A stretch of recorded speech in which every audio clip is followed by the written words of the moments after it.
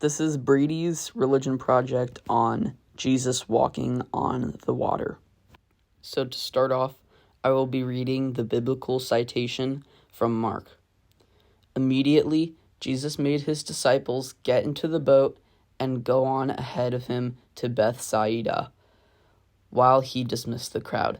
After leaving them, he went up on a mountainside to pray.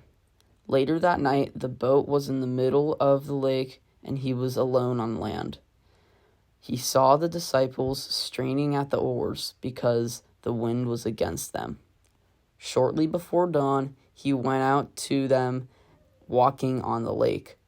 He was about to pass them, but when they saw him walking on the lake, they thought he was a ghost. They cried out because they all saw him and were terrified. Immediately he spoke to them and said, "Take courage. It is I. Don't be afraid." Then he climbed into the boat with them, and the wind died down. They were completely amazed, for they had not understood about the loaves. Their hearts were hardened. For this passage, there aren't many characters in the miracle, but the main characters are Jesus and his disciples.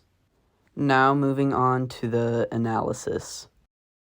When Jesus' disciples were traveling, he saw that they were having trouble. His disciples were frightened because they were in the middle of the lake while the wind was blowing harshly their way. As Jesus walked towards them on the water, they were terrified and all thought he was some sort of ghost.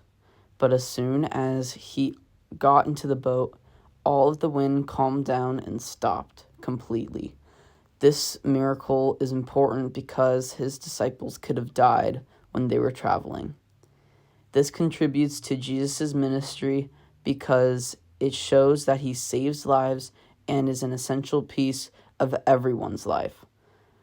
Although there is no physical evidence that this miracle happened, Matthew, Mark, and John all wrote about it in the Bible, and that is how it has been preserved as one of the most well-known miracles that Jesus has done. Now moving on to the images slide, here are some pictures, and here are my sources. Thank you for listening.